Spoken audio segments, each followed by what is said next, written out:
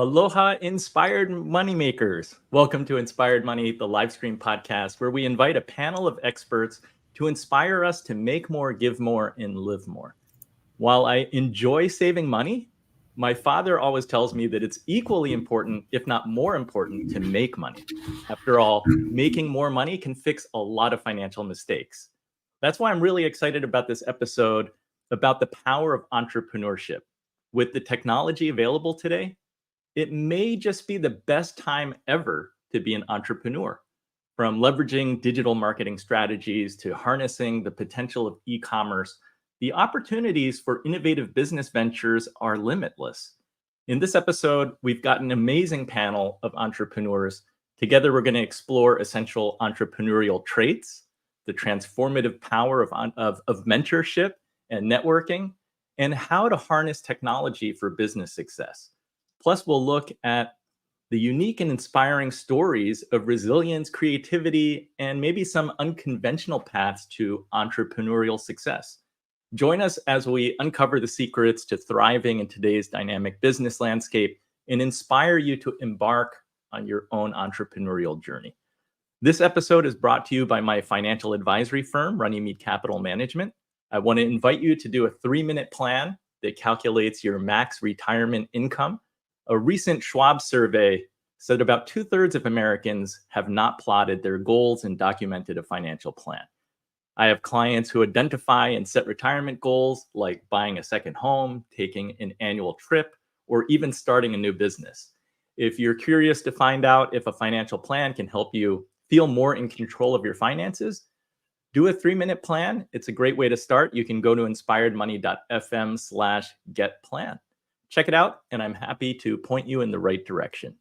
Now, let's welcome in our panel of experts. I'm so excited to have John Lee Dumas, JLD, back on the show. He's founder and host of the award-winning podcast, Entrepreneurs on Fire, and he and his wife are both entrepreneurs, but he's also interviewed over 3,000 successful entrepreneurs to inspire listeners on their entrepreneurial journeys. He's also author of The Common Path to Uncommon Success, a 17-step roadmap to achieving financial freedom and fulfillment. JLD, welcome back. I haven't seen you here since 2018.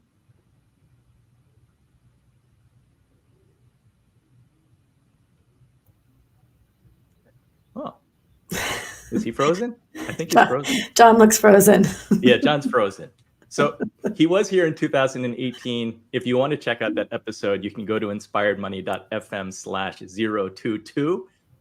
Also returning to the podcast, we have Gwen Whiting. She's a visionary entrepreneur and designer, best known for founding the premium eco-friendly brand, The Laundress, acquired by Unilever in 2019.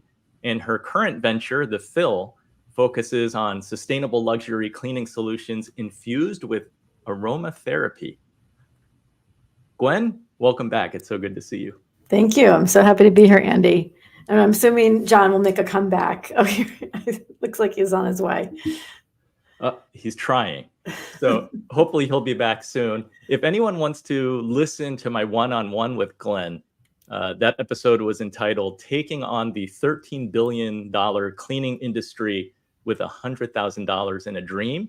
You can find that at inspiredmoney.fm/188. And then we're hoping that Brandon Schlichter will join us later. He's going to be coming hopefully in the second half of this episode. He's an investor and entrepreneur who acquires and operates small traditional businesses like car washes, laundromats, and storage facilities.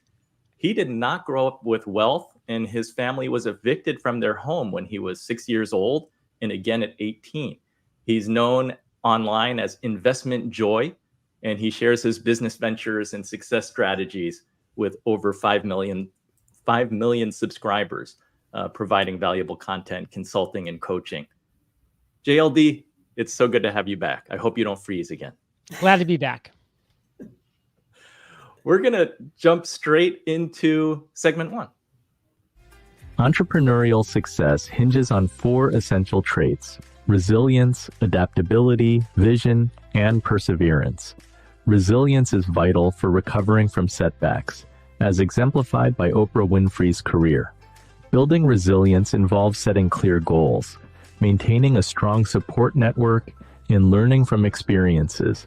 Adaptability allows entrepreneurs to adjust to market changes and seize new opportunities, demonstrated by successful pivot strategies.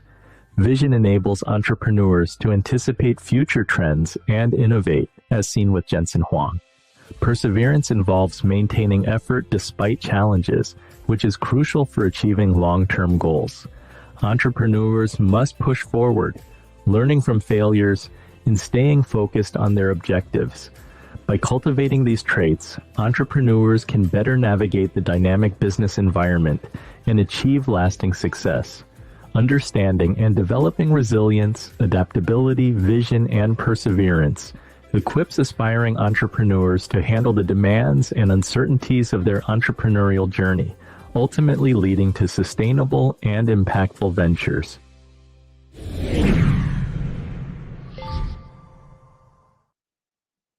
JLD, I want you to kick us off. In interviewing over 3,000 entrepreneurs, can you share a common trait of resilience that you've observed among the most successful? I've actually noticed 3 traits that seem to be present in basically every entrepreneur that I've interviewed since 2012, which you mentioned was 3,600. Now is actually over 4,000. So it's quite a database, quite a lot of conversations with really successful individuals. And those 3 traits would be productivity, discipline, and focus. And to break those down quickly, productivity. They are productive, meaning they're producing the right content every single day. A lot of people think they're productive. They're not. They're busy. They're running around in circles doing nothing. They're on social media, flipping around, just entertaining themselves, but getting nothing of value, nothing of meaning done. So productive people produce the right content. So if you're not actually in the moment producing the right content, you're not in the moment being productive. Now, of course, we can't all be productive 24 hours a day, and you shouldn't try to be productive 24 hours a day. But you need to have times during the day where you are productive. You're producing the right content. Discipline. Discipline means you are a disciple to a plan of action. You have a plan of action, and you are committed to following through that plan of action. Now, when should that plan of action be created? Not that same day that you're living. You win tomorrow, today. So you plan tomorrow, today. That's how you win. And then you become a disciple to that plan of action and you execute. And the last thing is focus.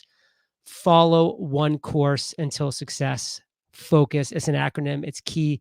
Everybody gets distracted. Everybody has a bright eye, the bright, shiny syndrome of just distracting you everywhere. But listen, that bright, shiny object syndrome is going to be your downfall. So know what you need to do and focus on that one thing. I love it. Gwen, what did you learn about building the Laundress, about needing to have a strong vision? And since you're in your second go around with the Fill, talk about how you're going to develop and maintain the vision throughout your present entrepreneurial journey. Well, I was fortunate to have a clear vision that I followed all the way for 20 years. So it was a well-formed vision to the future. But I understand a lot of businesses and entrepreneurs don't get that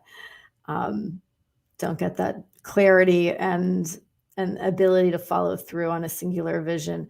But I really credit to passion, and I do a lot of mentoring and speaking with founders and startups from every level, from in college to, sort of well-formed businesses.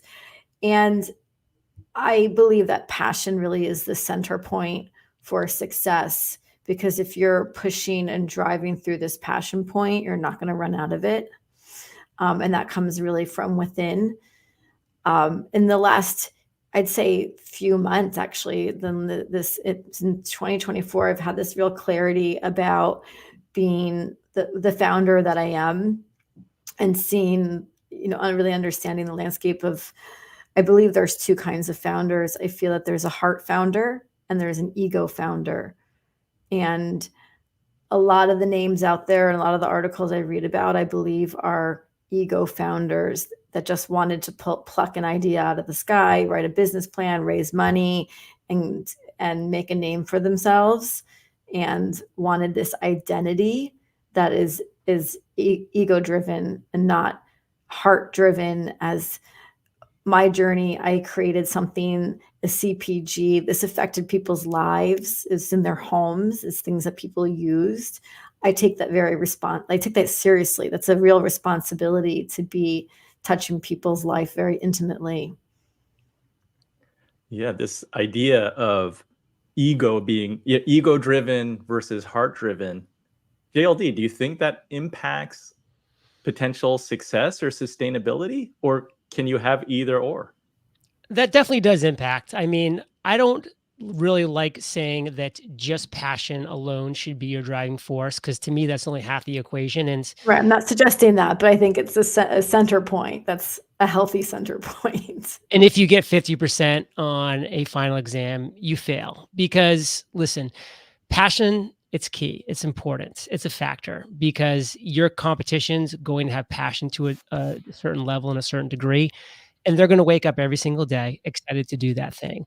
But a lot of times people go down the wrong road when they're just following passion, because that just becomes a hobby. That just becomes something that they love to do, because they're missing that second half, that other 50%, which is what skill, what knowledge, what value are you actually giving to this world? You need to be doing that to make sure that you're winning. Because if you have the number one solution to a real problem in the world, you're going to win. If you're combining that passion, that excitement, that enthusiasm with skills, with knowledge, with actual value, then you can have that center point, which is that zone of fire. And that zone of fire actually gives you a chance to win, because just passion might be a hobby.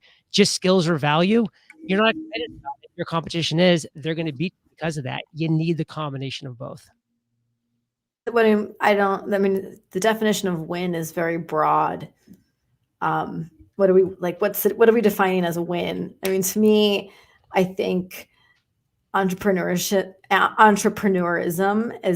was basically rebranding business ownership, whether that's small business, large business, whatever, family business. Everyone's an entrepreneur now.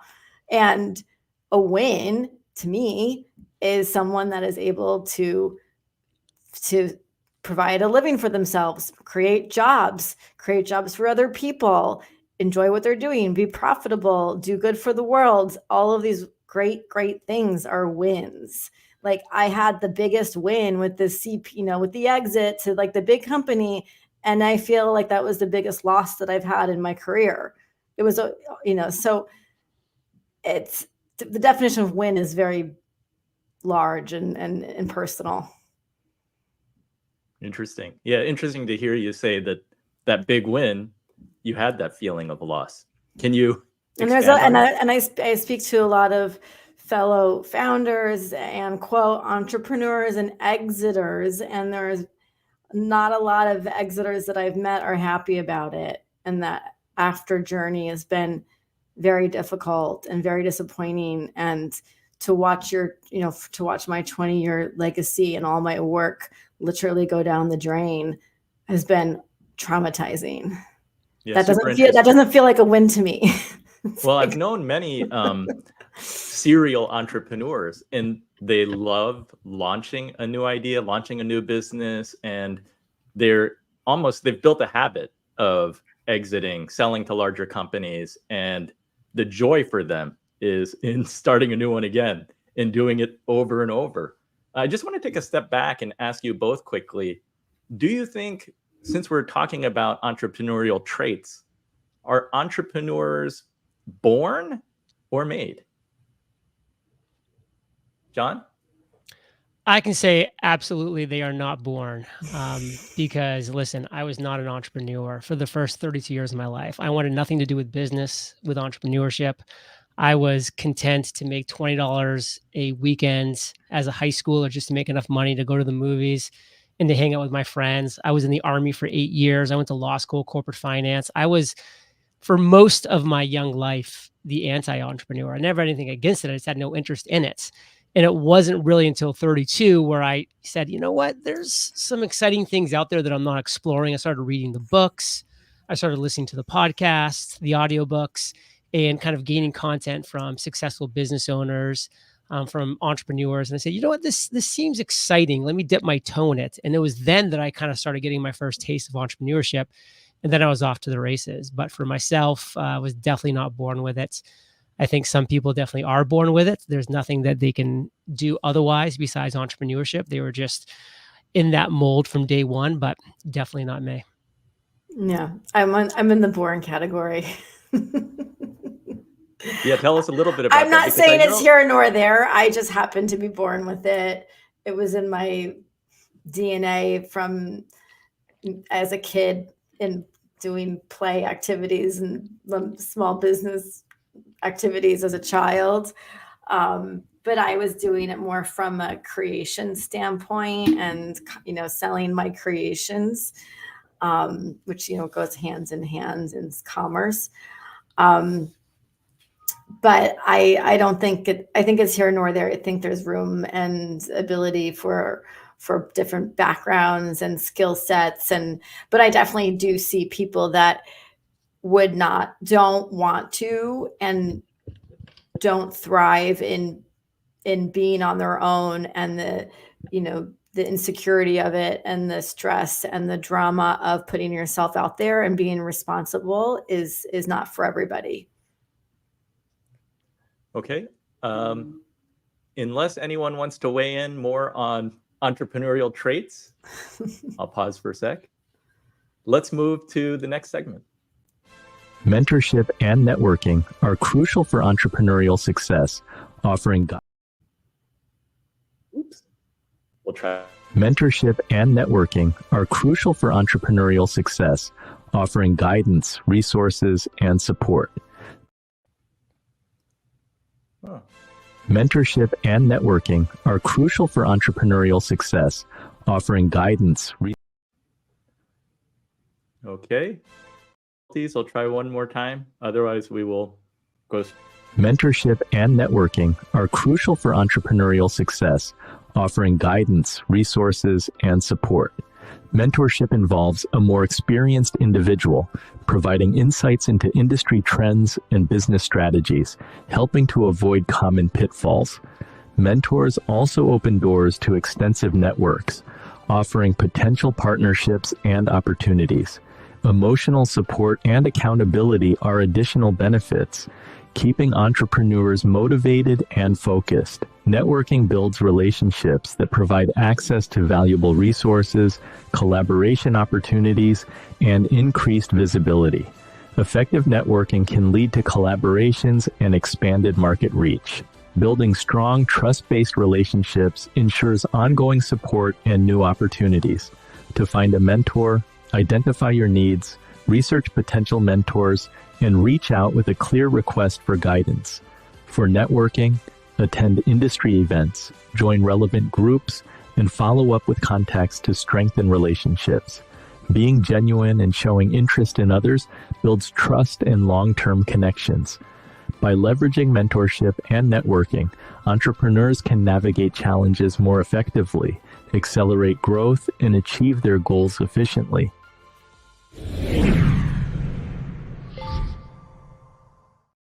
Well, as you saw at the start of that segment, this is very much a live stream podcast, so there can be hiccups. If you're joining us, wherever you're watching, it's so good to see that LinkedIn is working this week. We had a little tech difficulty there last week. Drop in the comments where you're watching from. I see Junaid Ahmed is here, and so glad to have you, Junaid. Gwen, I want to ask you, how did mentorship contribute to your entrepreneur journey?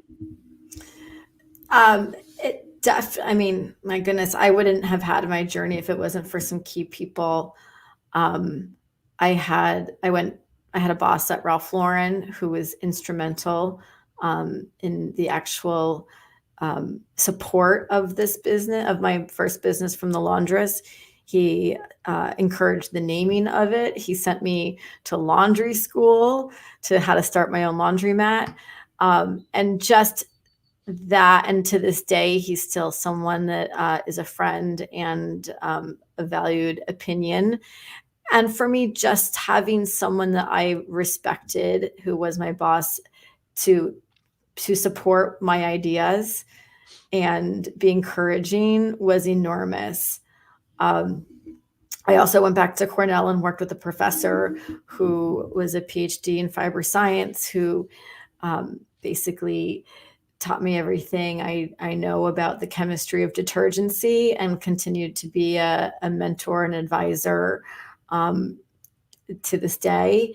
So it really has been, for me, having key people that believed in my idea and supported it from the sidelines in different capacities. I didn't have like the key business mentor or someone that was, I never had a board, all, more formal things. It was more informal, valued people that were encouraging. I love that And contrast that's what between and that's the science of fabrics and then also just running a laundromat. Yeah, that's my first class, how to start a laundromat. But, and I advise and I mentor a lot now, and I consider myself more of a cheerleader on the side, where I'm encouraging people and kind of keeping them on path and doing it in that capacity. How about you, John? Because your own, I guess for you as an entrepreneur, how has mentorship influenced you? So mentorship has been a key component in my entire journey. I mean, when I started back in 2012, I did not know how to be a podcast host, how to interview people, how to facilitate communications. I knew none of those things.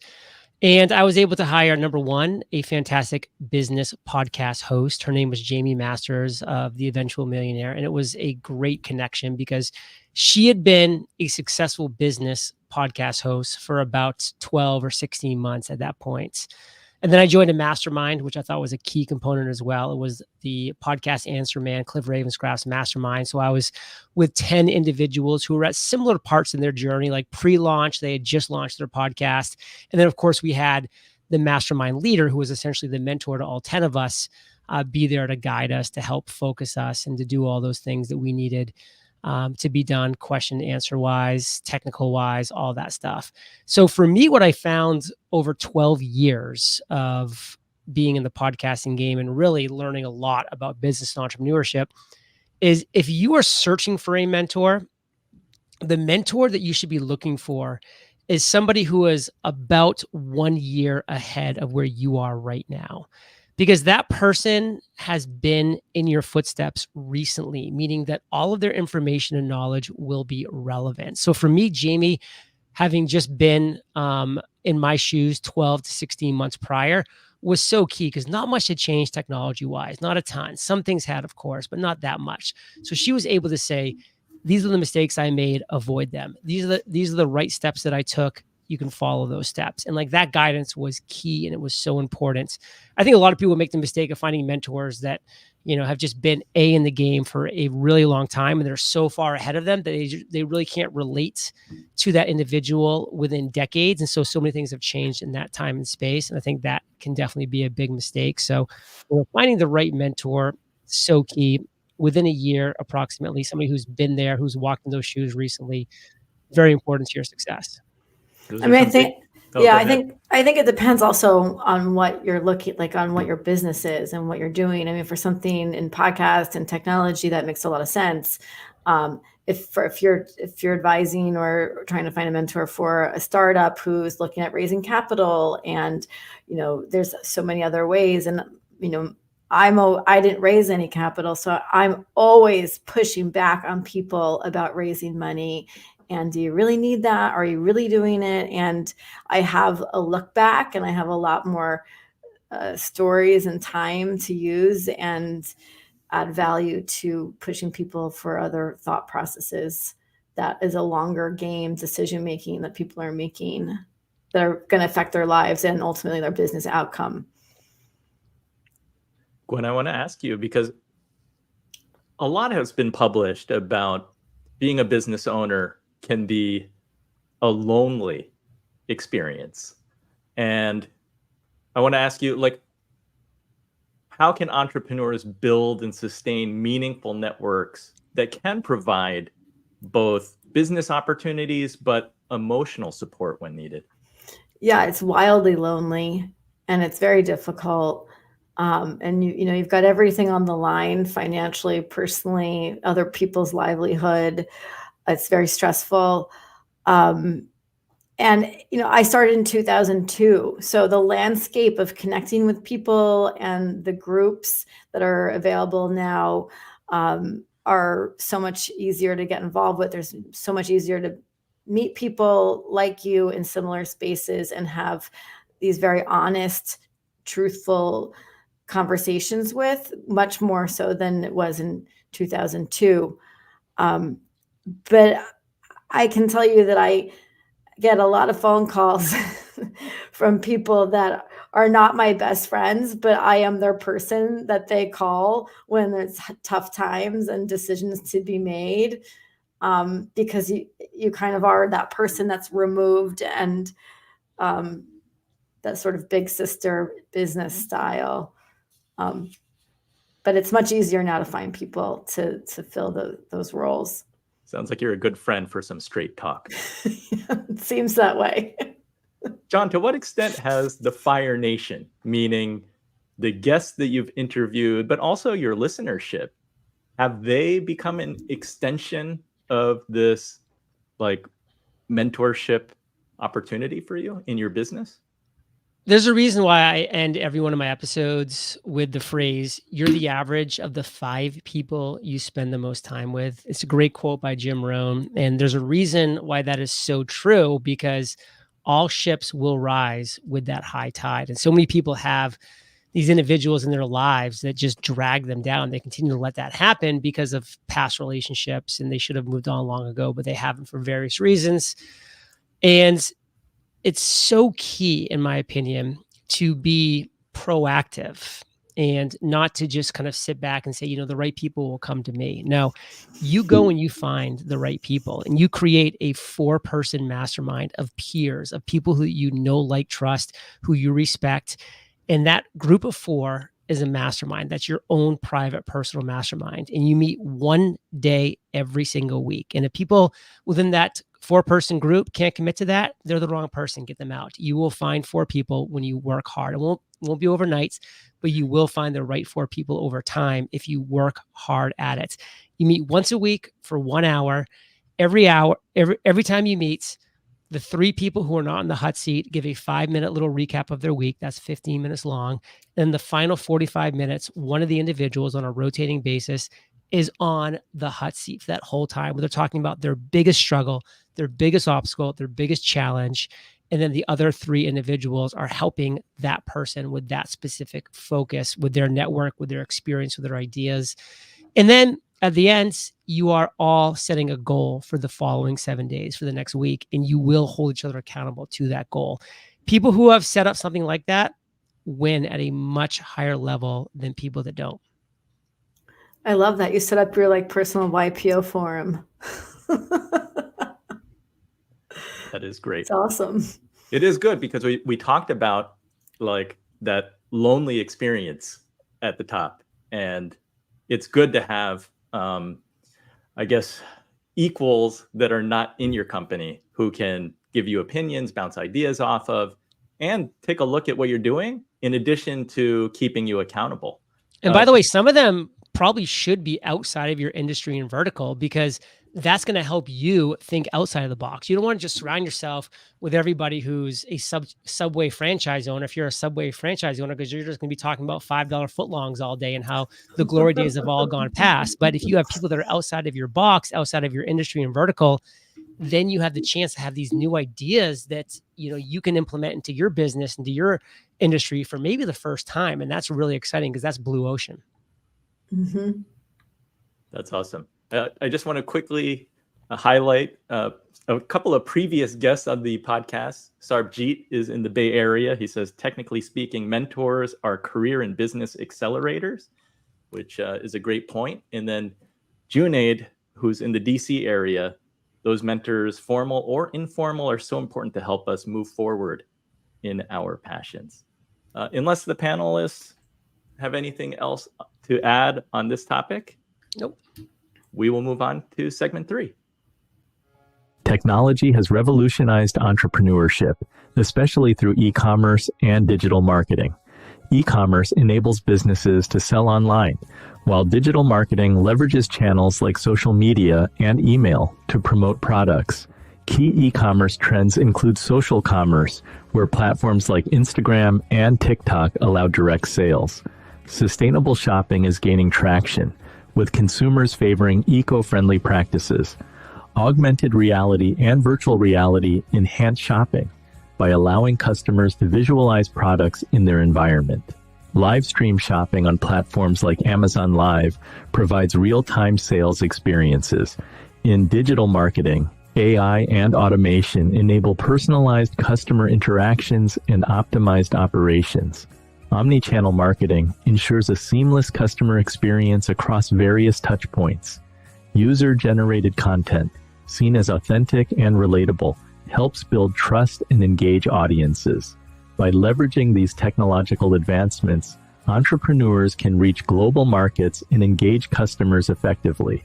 Understanding and implementing trends in e-commerce and digital marketing will enable startups to innovate and grow in the competitive digital landscape.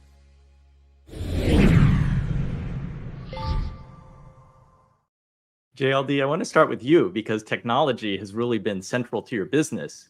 It's allowed you to relocate to Puerto Rico and continue to grow with your transparent income reports. How have you used digital marketing trends to grow Entrepreneurs on Fire?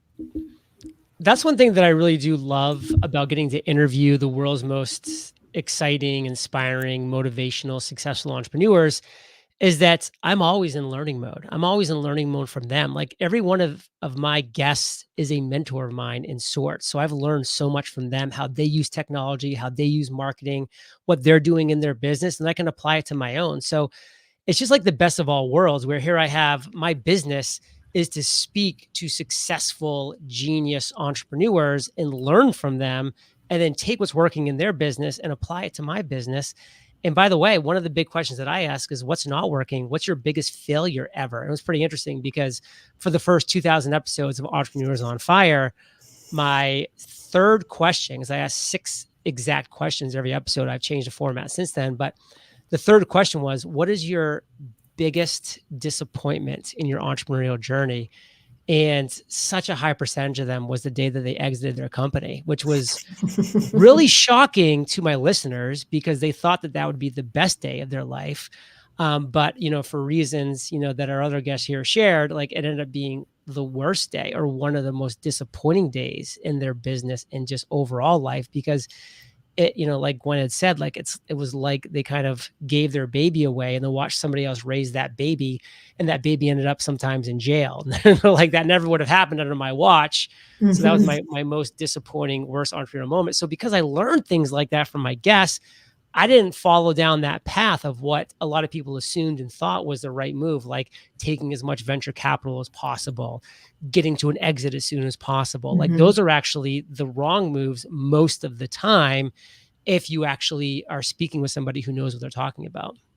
I'm glad that you're saying that, John, because so many people believe that's the only path. And I'm hoping that these kinds of conversations will be a catalyst to change and reorientation, which goes back to my passion statement about loving what you do and being passionate about it and really wanting to continue on and have a longevity journey versus a quick build exit, because that's what you've listened that happens on too many podcasts is the norm, which isn't or Shark Tank. The norm.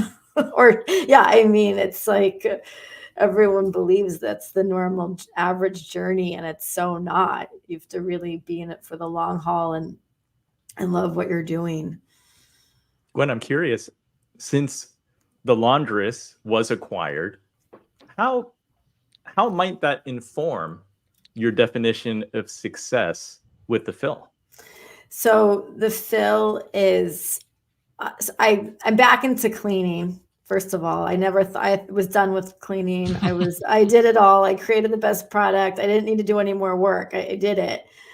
And I was excited to move on to other projects and other categories. I'm very passionate about women's health and many other things, not just laundry. But after 5 years and watching my legacy go down the drain and I was like, what am I going to start doing? Buying Tide? Like, this is insane. No, that's not happening. I decided that I need to go and clean up first. I need a clean start. So I'm back into it. But also with the privilege of what I created a category 20 years ago. If I could do it all again now, 20 years older, wiser, better, all those things, what does that look like? And that's where aromatherapy came in as the new thing that I'm interested versus fragrance, etc. But business wise, I built a giant CPG brand. I don't want to do that again. I sold all over the world. I sold to Amazon. I sold in all the stores. I don't want to do any of that. I want to create I want to create the smallest business possible, a very small, sustainable, but it has to be profitable to be sustainable business that really caters to the people that want to be there and want the product and care about this lifestyle and care about these things, their homes, their wellness, which is the community of users that I had for 20 years, and reconnecting on a very personal level with those people and others. And I'm doing it under a private membership community, which is very odd, very strange for a CPG brand. But I'm doing this it's an experiment. I hope it's successful, but I want this to be a small, safe space. It's a community. There's content just for my community. I'm not going to be on TikTok or Instagram talking to everybody. I want to just only speak to the members. So it's the antithesis of social and yeah, you have a little bit of a different take on technology. This is not a technology business. No, absolutely not. You were purchasing on e-commerce through a club, but it's not a subscription. So you buy whatever you want, but you're in the club. So there's content for the club and there's communication directly from me to the members, and really creating this community that's exclusive and not for everybody. I don't need to create content for everybody anymore. And I think that model on D2C and paying for customers and thinking you can start a brand on Instagram, and that doesn't work anymore. That model doesn't work. You can't, or it's so expensive to pay for customers through social. But there's no other playbook out there. So people are still throwing money at it that way. And I am hopeful to kind of go back a little bit more to grassroots and the power of your network and connectivity and being in the right circles and telling a friend of a friend, communication. People are lonely. They want more connectivity. All these things I think are very relevant and are going to be playing into different market trends. John, AI is so hot right now. A lot of the AI companies, the company stocks, continue to drive performance of the overall stock market. Are you leveraging AI and automation in your business operations? We're not currently leveraging AI. I think a lot of people are leveraging AI fantastically, and I admire that. I'm a big believer in being an early adopter and seeing the new trends that are coming, tasting them, trying them, seeing what works, what doesn't work, making mistakes, having fun with it. And honestly, frankly, this would be something that would be up my alley, maybe a couple of years ago. We actually just had our first child, 7 months old now. So our hands have been unbelievably full with that. Otherwise, I'd be diving a little more into AI head on, because I think it's a fantastic technology when wielded correctly. People were terrified of cars when they came out because they thought it was going to get rid of horses. And in a lot of ways, it was an obsolete technology, and it did, and it replaced it and opened up a huge amount of opportunities. People were scared of the internet. People were scared of everything. People are scared of AI, and there's things to be scared of in AI for sure. It needs to be used correctly. It needs to be used wisely. I think there's definitely a lot of case studies of people doing the right things with AI. And there's a lot of case studies of people doing the wrong things with AI. And, we're still at a point where we can kind of see it, sniff it, and smell it a mile away. That's changing because it's getting so good so fast. But, I just tell people, hey, have fun, play with it, smell it, taste it, try it out, do some things. But at the end of the day, just remember that you need to figure out what makes you uniquely special to this world, to this marketplace. You need to discover your special niche that you can dominate the market with. I mean, I'm sure that's why Gwen was successful in the first round with what she did, and why she's going to be successful in the second round, because she didn't just try to go out and copy what other people are doing. Because if you're a pale, weak imitation of somebody else, nobody cares. But if you're actually offering something new, special, unique to this world, that's solving a problem that's not being solved, or that's not being solved that well, you actually have a chance in this world. And people for years did this with Amazon selling. They would go to some great products that were selling fantastically on Amazon. They would go to the 1 and the 2-star reviews to see what everybody was complaining about. And they would create and develop a product that has all the things that were great about the first one, but some of the things that were terrible about it, they would fix and improve. And so they would be solving a better problem than the initial products were. And so that's a way to look and to go after these things. And if you can use AI to do that, power to you. But remember, your essence needs to be everywhere throughout this thing. Very practical tip. So Brandon Schlichter, Investment Joy, is in the house. I'm envious of that jacket. Brandon, welcome to Inspired Money. I want to ask you, because we're talking about technology, and I'm curious, since you're known for managing traditional businesses like car washes and laundromats, have you been able to integrate e-commerce and digital marketing to enhance your business? Oh, absolutely. And from my standpoint, all these brick and mortar businesses that exist out there, the old style mom and pops, benefit tremendously from technology. For instance, if you find a company, my standpoint is a car wash. It's bringing in an after debt service and everything, $100,000 a year, and has no technology implementation, no AI wins, nothing on the technology front that's going to make the business more efficient. A savvy entrepreneur can come in, make some simple deployments, nothing crazy, and you can increase the revenue double, triple, quadruple. You can increase your margin by 10, 20, 30%. I don't feel or believe that any of those things are complicated or impossible, and you're not reinventing the wheel. For someone that has a software startup, I've got several friends that are in the software startup world, and they're trying to set the world on fire. They're trying to create the next best thing. That's awesome. How about, taking a car wash that has no digital marketing whatsoever and building out a competent social media strategy, coming up with a customer loyalty program, taking credit cards. It blows my mind how many businesses out there don't even accept credit cards right now. But that implementation alone on an average car wash deal was a 35% increase in revenue day one.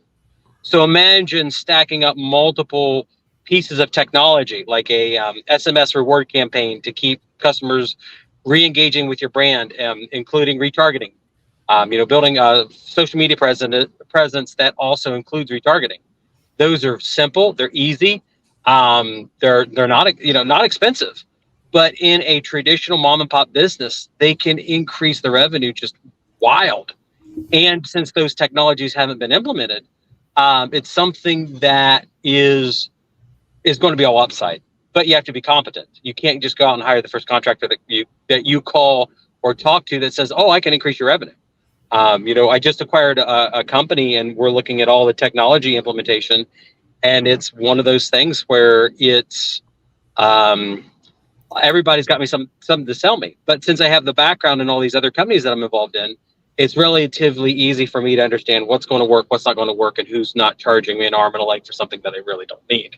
It's like one of the absolute most competent laundromat operators I know in North America, Luke and Lee Williford.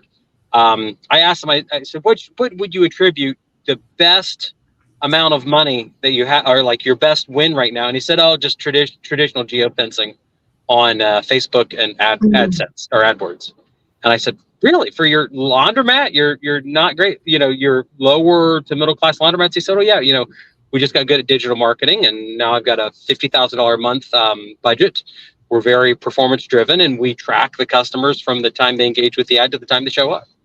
And that's not anything astronomical, but he runs a multi-million dollar company just in the laundromat sphere. It's interesting, Brandon, because I just had a conversation 2 days ago with a gal who is a designer in Los Angeles, and she was telling me that she has had 2 very high net worth clients come to her from Yelp, just having great Yelp reviews. So it's like the power of the basics, having a Google Map or Yelp, or those things are very significant. People can find you, especially in service business. Those are great insights and a good segue to our next segment, where we're talking about from startup to scale up. Scaling a business involves expanding operations to handle increased demand while maintaining efficiency and quality. This phase presents challenges like team expansion, financial management, and operational consistency. As businesses grow, hiring new employees can strain existing processes and culture. Developing a clear hiring plan, investing in training programs, and fostering a collaborative work environment are crucial steps. Scaling requires substantial capital. Creating a detailed financial plan, exploring various funding options, and using financial management tools to track expenses and optimize cash flow are essential strategies. Increasing production can lead to quality control issues. Implementing robust quality assurance processes, setting clear standards, providing thorough training, and continuously monitoring customer feedback help maintain quality. Investing in technologies that streamline operations, such as automation tools, CRM systems, and project management software, can improve efficiency and reduce errors. Developing a unique value proposition, focusing on continuous innovation, and adapting to customer needs are key strategies for market differentiation. Addressing these challenges ensures sustainable growth and long-term success.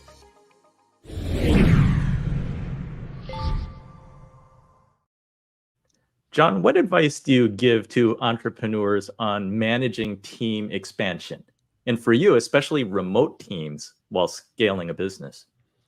And that's where we've been from day one, by the way, is a remote team. That's all we have. We have our virtual assistants based out of the Philippines, based out of Australia. And, we really communicate via Asana, via Slack, via Skype. So, we use the tools that are available to manage a team that, and especially in the situation of Australia, they're literally on a 12-hour difference. So like for noon for us, it's like midnight for them. That can definitely be a challenge. But what we've really loved to do is to find the right people, to give them the right training, and then let them go. I hate micromanaging, because for me, when you micromanage, you're giving that individual the opportunity to have an excuse to fail, because they're saying, well, hey, like, you're training me, like you're looking over my shoulder. If I did it wrong, it's because you let me do it wrong. I like to do the opposite. I like to say, hey, here's the training, here's the video tutorials that you need. Now go make mistakes, have some successes. I want a report, especially for the first couple months. I want to report every single day of what you didn't understand, what you did understand. And by the way, you're the person who's doing the thing every single day. Like, you're the person on the assembly line turning the nuts and the bolts, so to speak. You tell me what the best process is. You tell me what the best ideas are, because my mind, my brain, my bandwidth is not on those tasks. It's on the other things that I'm doing, interviewing hosts, being on shows, speaking in different places around the world. Like, I'm doing my thing, you do your thing, and you tell me the best way to do that. And 9 times out of 10, I'm probably going to agree with you, because you've become the subject matter expert in those things. And then once you give people the opportunity to have and to take responsibility for what they're doing, now their pride comes into effect, because they are prideful of doing that job right, because now they have no one to blame but themselves. So that's my attitude. That's my mentality. I give them a lot of rope so they can hang themselves with it, or make themselves an amazing situation. Love hearing the processes that you employ. And also, it sounds like it's all about bringing the right people onto the team. Brandon, how are you able to manage operational challenges of scaling multiple businesses simultaneously? The number one, I struggle a lot with it. Hiring the right people has been my number one critical failing and problem for the past 5 years. What I've found out very well over the past 2 years, 3 years, as I feel like I'm getting much better about it, is company culture and paying well. We just acquired a company where the average compensation's $75 an hour. And I've found out in that company, it's really easy to pay for good people, really easy to pay for good people. But in my other companies that I have, I can't hire and pay $85 an hour for work or hourly wages. It will never make sense economically. So with those companies, laundromats, car washes, even my rental company, what I have found is I need to pay somewhat competitively, but then I have to knock it out of the park for culture. I have to be able to sit down with the people that work with me and for me and say, how do we make this the best possible thing it can be within the constraints of our financial budget and our limitations? How can we engineer it so everybody feels like they win? I listened to a podcast a while ago, and it was about the economic benefit of politically focused companies. And I thought, well, I don't have any interest in that. But then they started talking about how if a company presents themselves as if they are on a mission to do XYZ, then generally speaking, it's significantly easier for them to hire competent, quality people without the financial aspect being as much of a drawback. And I had found that out, that as I grow most of my companies, not my newest acquisition, but my other companies, if I would have focused or as I continue to focus on making that work environment the best possible it can be, I get better people and they stay longer. And that's important because I don't have to go back and retrain people. So now as I build up a better culture and I help them understand, this is the mission that we're on, this is what we're trying to complete. And at the end of the day, here's what's going to happen. More so than the money, we're going to change people's lives through social media. We're going to help people out there in the world that feel like they're economically constrained. They don't have a college education. They feel like they're, XYZ is going on in their life and they can't be successful on their own.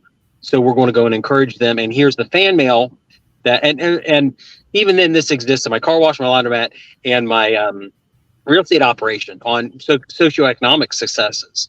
And as I talk to people on my staff, they're like, oh, wow, we're actually making a positive impact. This is a company I want to be with. So as I engineer those things, and I have to be very intentional about it, because that's one of my failings too. I've discovered that people in my company didn't understand that those are things that we were doing. I mentioned flippantly, oh yeah, we helped XYZ start $1 million business. Well, how do we do that? I didn't know that was a thing. You help somebody start $1 million business. Oh yeah, they watched a YouTube video I put up 4 years ago, and that led them to invest in start putting money in the stock market. Those stock earnings encouraged them to go start a business because they finally were starting to go on stable financial footing, and that led to them buying a house and led to them getting married. And all these things have transpired because we helped them out and sowed some positive, some good things in people's lives 3, 4, 5 years ago. And now my team is seeing them and they're seeing the fruit of it, and they have decided to stick along with me and to put up with whatever the pay is.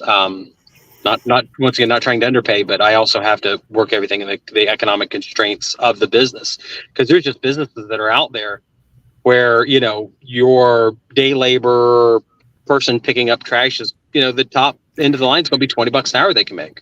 I want to be as efficient as it possibly can, but I also want them to understand the impact that they're having on and everything. And as I explain that to them, the work culture, I feel like it continues to get better. Gwen, you mentioned wanting to keep Andy, I'll actually jump in here because I got to jump off at the top Sure. of the hour, and I wanted to just share one thing about. Go ahead. making sure that you don't make the mistake of just having finances be the only thing you're trying to win on. Because when you are only looking at finances, the only thing you're looking to win on for your employees, then they're always looking for other jobs that are paying more. Mhm. So it has to be something more. And this was a great piece of advice I got directly from Tony Robbins. It was so fantastic. And a lot of people will just say, we're going to make the culture better overall. But what does that mean for each individual? Because people have different ideas of culture. So you need to make it individualistic. You need to sit down one person, that one employee, and say, listen, I'm paying you a very good wage that I know if you accept this job, you're happy with. What's one thing that would make this job the best job for you at this moment in time? Because I can probably give you one thing. And they'll come back with something. Maybe it's they need to leave at 2 p.m. once every other Friday for this reason. And if you can just find that one thing for them and you give that one thing individually to them that makes it the best job, another employer is not likely going to be able to give them that one thing, or is not going to be even thinking about offering it to them. And then you've won that person going forward. So make it individualistic. That time will save you the most difficult and worst part of running a business, which is churn, which you don't want to train somebody just to have them go find somebody that's going to pay them $1 an hour more.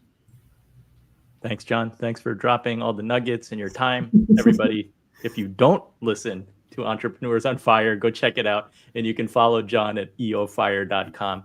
Gwen, I wanted to ask you, you mentioned at the Fill, you kind of want to, I guess, keep it small and manageable.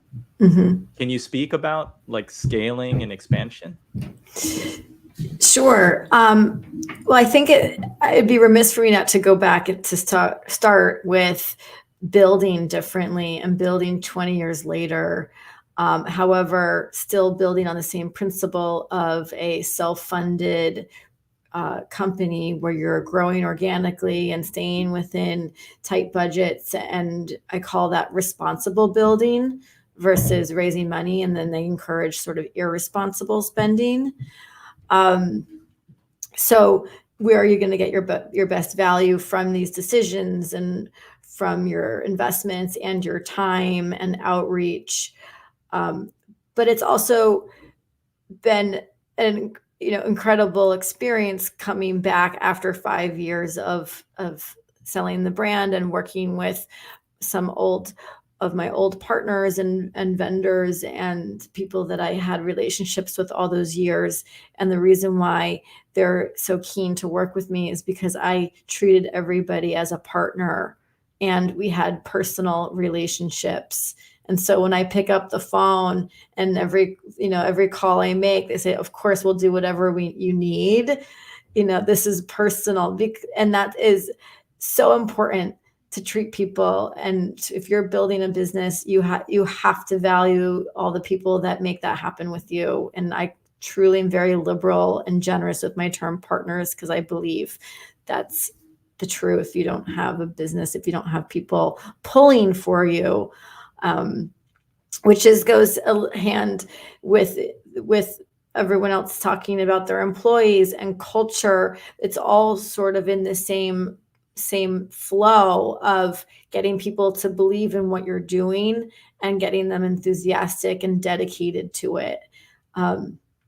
I came from Ralph Lauren when I used to say we all drank the Kool-Aid. The Ralph Lauren Kool-Aid was really strong. And I had some serious Laundress Kool-Aid and a lot of employees that were so dedicated to the brand and dedicated to me. It was quite shocking to see the Unilever Kool-Aid, because that was just weird to me. But now a different flavor. I wasn't into the flavor of that. But starting afresh and having people enthusiastic about a new brand and a new business and a new way is very exciting. But it's also exciting to be finding new people to work with and how much talent is out there.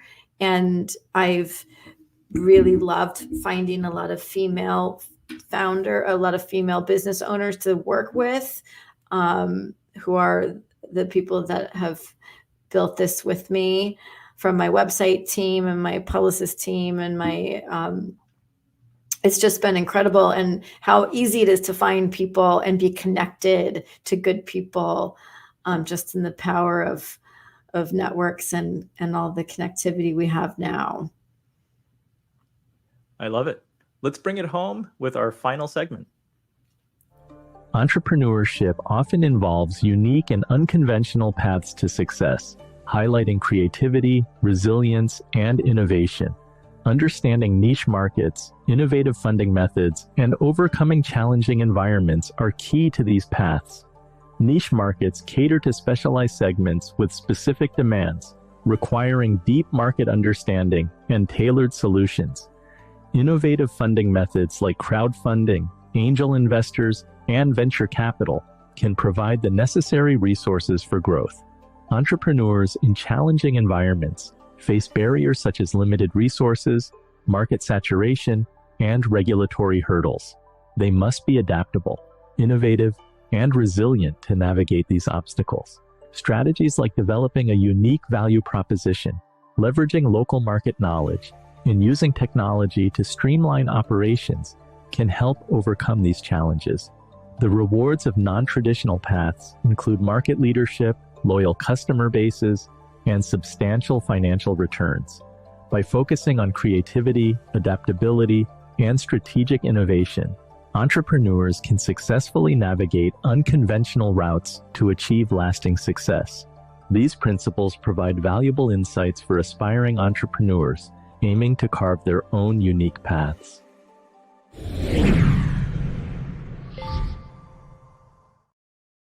Brandon, we covered this in segment 1 about entrepreneurial traits. I wanted to ask, for you, as an entrepreneur, were you born an entrepreneur or made?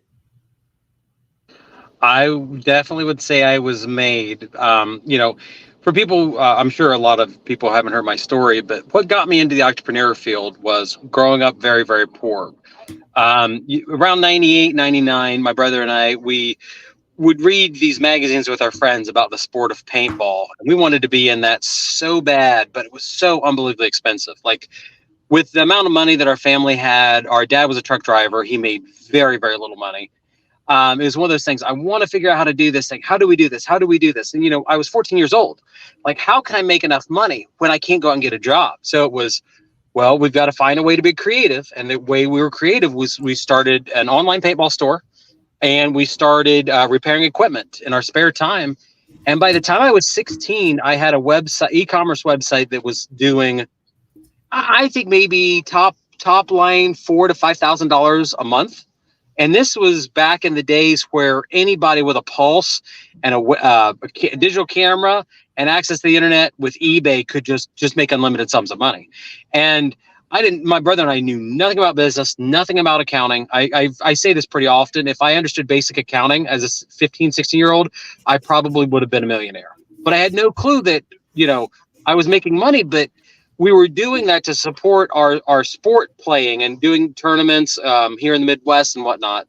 Then we had so much fun learning about it. We tried starting a real estate acquisition so we could start a brick and mortar facility, because we were mistaken thinking that that's where the money was. And went up to the point that my dad, I was 18 years old, and my dad had a heart attack. He couldn't work anymore. I had to go start working at a warehouse, did that for quite some time, and then got into real estate. And I thought, I'm in sales again. I was in online sales with the online paintball business and some of the brick and mortar stuff that we did. Now we're in a point where I'm selling houses in real estate. And I kept all those things and realized them and knew them. And then things just started building. Got in real estate, realized that there was great money in real estate, not so much in real estate sales. So then I got in the investing world when I was 27-ish. And then kind of it's all history at this point, I guess. I love the progression, the initial motivation, and then how you were learning by doing, and it just built upon experience. One experience built upon another to lead you to where you are today. Gwen, can you talk a little bit about being a female founder, some of the challenges there, and then how you've used creative design to stand out in a competitive marketplace? Female founder is interesting, slightly loaded. It helps in certain rooms and hurts in others. So I'll just leave it at that. It's the only way I know, I'll put it that way. It was not helpful at Unilever to be a female founder. It helped me previously for the 16 years before they bought me, but I basically created a category in 2004 of specialty laundry, empowering people to be able to launder garments and textiles at home that was previously understood needed to be dry cleaned. And from there, I created a unique experience for consumers at home to have really premium products, which yielded premium results and really nice experience that was not normal from a grocery product. And being able to create and develop from my personal need, from using my education and my textile background, and just having a savvy design sense, but that's very practical. It was, that was the sauce for me to create a business and a category and a very beautiful brand and a profitable empire for 16 years, growing organically. Andy, that I built the brand from credit card debt. I had about $250,000 of credit card debt by 2008 in the financial crisis, which That's not scary at all. no stress, not at all. and it was like secret, and that's where you have the stress of being alone in the lonely place. My mom didn't know about that story until after I sold the company, and she was listening to me speak at the New York Times Center. So this was like not something I advertised, it was just internalized all those years. But I don't know, I believed in myself. I mean, now you can't build on credit card. The APR is insane, but back then it was all under 10%. It was cheaper to fund that way than get a loan or a line or anything else. But I don't know. That's the journey. You got to do what you got to do and beg, barter, and steal and make it happen. But I appreciate the businesses that Brandon is in, because I think it is important when you are affecting people's lives and you're providing services, whether it's a laundromat or a car wash, and you're part of a community. And I'm deeply saddened to see businesses close and how hard it is to keep a storefront open in New York City and locally in Long Island. It's important to have business owners investing in their local community, if that's important. I love the uniqueness of your journey. And I think the flip side of using that credit card debt, I mean, that is a true example of entrepreneurial resilience.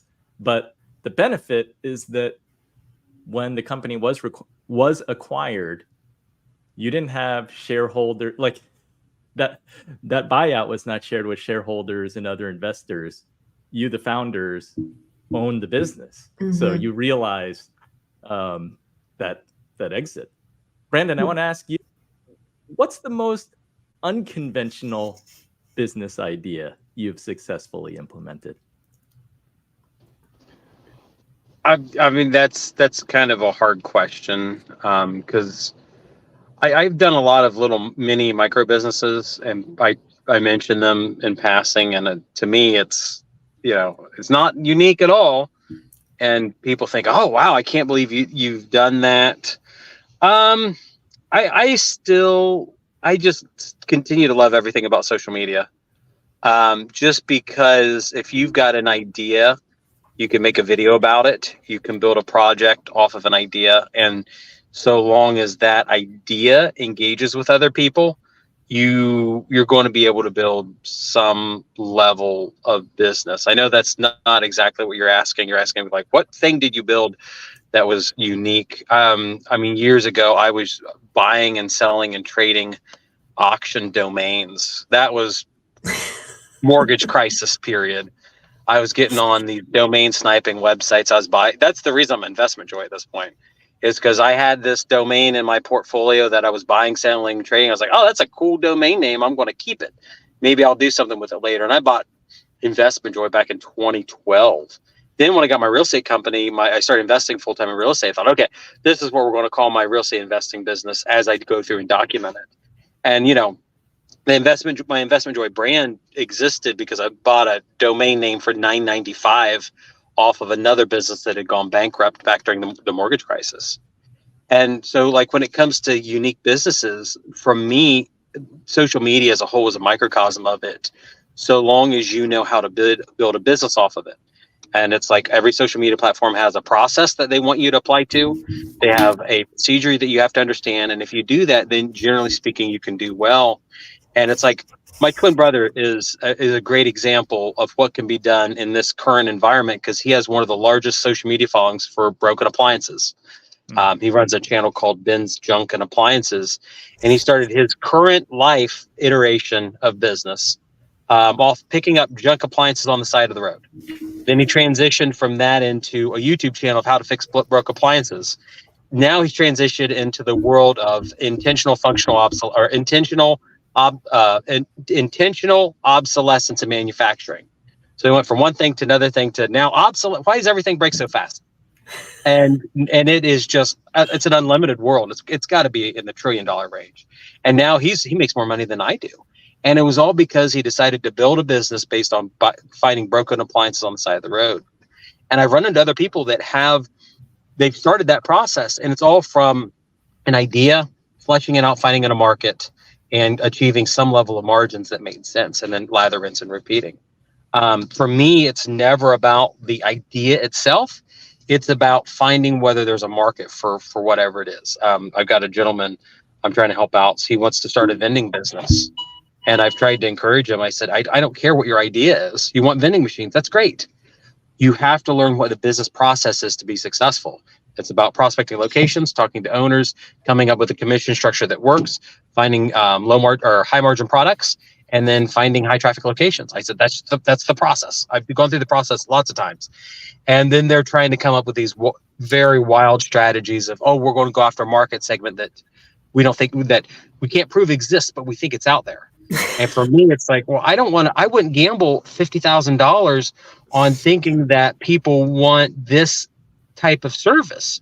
The market's out there. It's a $25 billion a year industry. Why don't you go after what works on a business process that's already been fleshed out?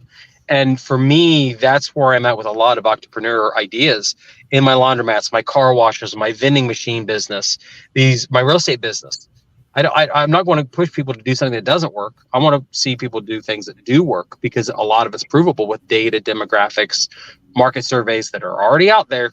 The data is already available. You just have to figure out what works in your marketplace. I love it. Last question for each of you. This idea of creativity as a business owner. Any tips to help people to build that muscle, to keep it sustainable? Well, the creativity for me runs in every factor, whether it's creative problem solving, creative building, product development, the gamut all over from the whole business. But my best ideas come when it's quiet, I'm alone. It used to be in the subway or in the shower or on a walk or traveling, when I can let my mind be somewhere else. How about you, Brandon? Oh, you're muted. There you go. Yeah. So this is going to be something, I know this is going to sound weird, but this is where I am in my life.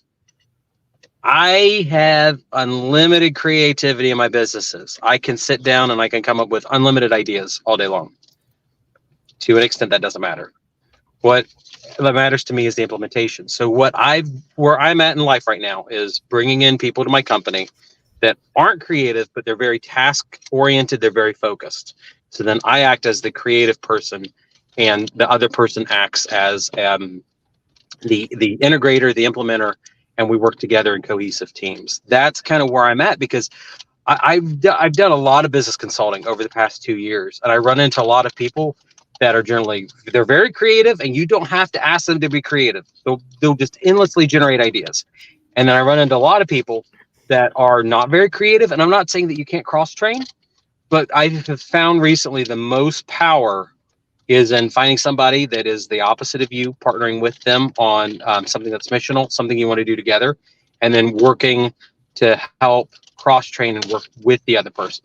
Hopefully that makes sense, but that's kind of where my ideation is right now. And I'm seeing in a lot of companies that are deploying EOS, in the end, that's what I'm seeing in my region. That's seemingly what's working. I've seen that a lot. Yeah. Successful businesses where it takes those two different skill sets, the creative visionary, and then the person who can really implement and build the processes to execute. I want to thank everybody for joining us today. We covered a lot. Some of the takeaways I think that I'm leaving with are entrepreneurs can be both born and made. And it does require resilience, adaptability, vision, perseverance. I love the idea that the opportunities are almost endless. I mean, you do have to take some time to listen and look for needs. John mentioned going through reviews and reading what people's complaints are and what their needs are, and kind of mining business opportunities that way. And then so many opportunities with technology to optimize a business, to increase the profitability of a business, to scale a business. I encourage everybody to take some time, taking a walk, as Gwen said, when you're in the shower, and, to be thoughtful and to get those creative ideas going. And then, as both John and Brandon said, the second half of it is that once you identify some of those great ideas, those brilliant ideas, you have to execute. So thank you everybody for watching. I want to thank our panelists once again, John Lee Dumas, who had to leave earlier, Entrepreneurs on Fire. He's at eofire.com. Gwen Whiting. We have to watch what she's got in store at the Fill that she's building, focusing on sustainable luxury cleaning solutions infused with aromatherapy. You can find her at gwenwhiting.com. Anywhere else, Gwen, that you want to send people? Oh, thefillclub.com. Thefillclub.com. Yeah. And then Brandon Schlichter, investor and entrepreneur. Definitely watch his YouTube channel, Investment Joy, where he shares where he's really just running his business, right? We get insight into how, your every day, what you're doing. I hope you're selling your shirts, Brendan. Not yet. I tried to get from. This is from a Hong Kong firm. It's silk. It's the most expensive piece of clothing I own. It's a Hawaiian Slayer shirt. I'm into it. Yeah. Add it to your portfolio. I need to find a firm that makes these. I'm envious of the silk shirt. That is brilliant. Thank you, everybody, for your time. Thanks. If you're in the USA, I wish you a happy 4th of July. The Inspired Live Stream podcast will be back next week, Wednesday, July 10th. We're going to be talking about financial freedom through passive income, creating streams of cash flow. I hope to see you then. Until next time, do something that scares you, because that's where the magic happens. Thank you, everybody. Thanks.